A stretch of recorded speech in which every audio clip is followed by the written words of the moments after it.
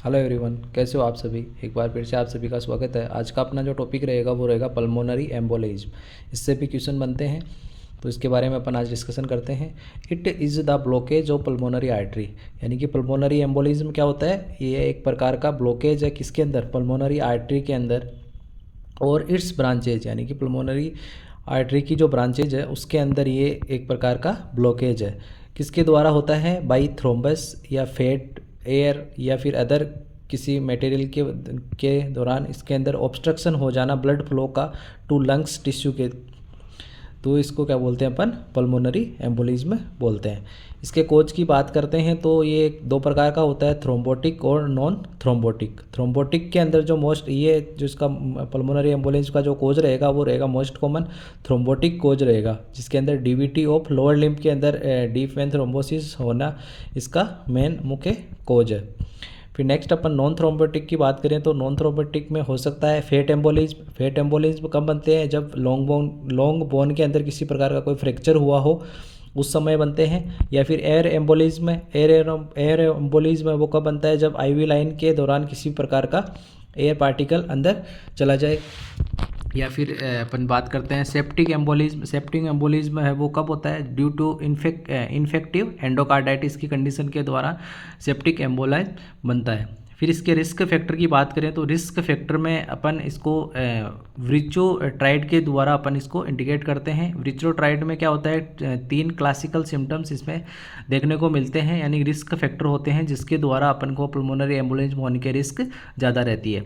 इसके अंदर कौन कौन से हैं, इसको इंक्लूड किया गया है, एक तो स्टेसिस, एक हाइपर कोएगुलेबिलिटी और एक एंडोथेलियल इंजरी। यानी कि जो अपनी वेजल्स की जो वॉल्स है उसके अंदर इंजरी होने के कारण भी ये हो सकते हैं। तो इसमें स्टेसिस में बात करते हैं तो इसमें स्टेसिस का मतलब होता है अगर कोई पर्सन है वो प्रोलॉन्ग्ड टाइम तक इमोबाइल है, यानी कि वो बेड रेस्ट पे है, या फिर किसी भी प्रकार की कोई सर्जरी हुई हो, या फिर कोई पैरालिसिस का पेशेंट है उनके अंदर है ये इस प्रकार की स्टेसिस की यानी कि ब्लड स्टेसिस की रिस्क हो सकती है। फिर बात करते हैं हाइपर कोएगुलेबिलिटी के अंदर, जैसे कि जो खून है उसमें कोएगुलेशन है वो ज़्यादा होता है, इससे जिसकी प्रेगनेंसी की कंडीशन है या कैंसर की कंडीशन है या फिर ओसीपी अगर कोई पेशेंट ले रहा है तो उसके दौरान ये हाइपरकोएगुलेबिलिटी हो सकती है। एंडोथेलियल इंजरी, एंडोथेलियल इंजरी किसी प्रकार की कोई ट्रॉमा है या फिर सर्जरी है उसके दौरान अपने को उसमें हो सकती है।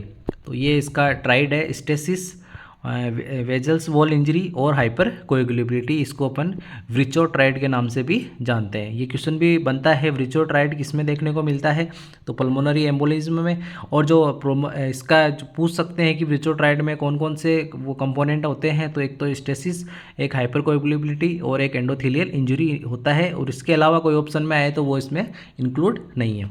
फिर नेक्स्ट अपन इसके साइन और सिम्टम्स की बात करते हैं। तो साइन सिम्टम में सबसे पहले अपन रेस्पिरेटरी सिस्टम की बात करें तो सडन डिस्निया है वो एक इसका मोस्ट कॉमन सिम्टम है। डिस्निया क्या है, मोस्ट कॉमन सिम्टम है।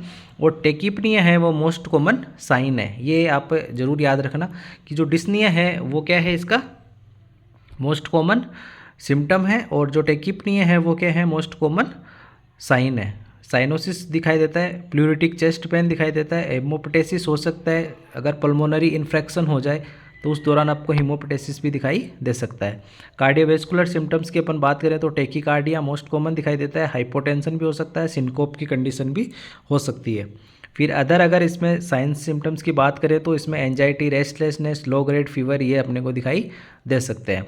फिर अपन इसके मैनेजमेंट की बात करें पल्मोनरी एम्बोलिज्म के, तो सबसे पहले अपन इसका इमरजेंसी मैनेजमेंट देखें। तो इमरजेंसी मैनेजमेंट में आपको जो पेशेंट है उसका एयरवे है, ब्रीथिंग एबीसी है, उसको स्टेबलाइज करना है, एयरवे ब्रीथिंग सर्कुलेशन को स्टेबलाइज करना है।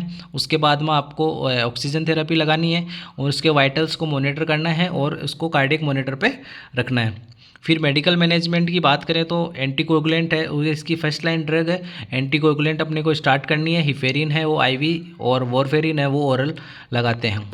फिर नेक्स्ट अपन बात करते हैं थ्रोम्बोलाइटिक थेरेपी के अंदर। तो थ्रोम्बोलाइटिक थेरेपी के एग्जांपल्स इसमें हैं एल्टीप्लेज, स्ट्रेप्टोकाइनेज और यूरोकाइनेज इसके एग्जांपल्स होते हैं। फिर सर्जिकल मैनेजमेंट की बात करें तो एम्बोलेक्टोमी और इंफीरियर वेने कावा फिल्टर इसमें यूज में लेते हैं सर्जिकल मैनेजमेंट में। फिर अपन इसमें कुछ इंपॉर्टेंट क्वेश्चंस जो बनते हैं उसमें देखते हैं। First line drug is acute pulmonary embolism, यानी कि एक्यूट पल्मोनरी एम्बोलिज्म है, उसमें फर्स्ट लाइन ड्रग कौन सी यूज में लेते हैं, जो अपन इफेरिन यूज में लेते हैं। फिर drug for massive pulmonary embolism with shock की कंडीशन के साथ, अगर मासिव जो पल्मोनरी एम्बोलिज्म है उसके अंदर जो अपनी ड्रग्स रहेगी वो एल्टीप्लेज रहेगी। ऑक्सीजन थेरेपी अपन ऑल पर जितने भी पल्मोनरी एम्बोलिज्म के पेशेंट है उसको अपन ऑक्सीजन थेरेपी देते हैं।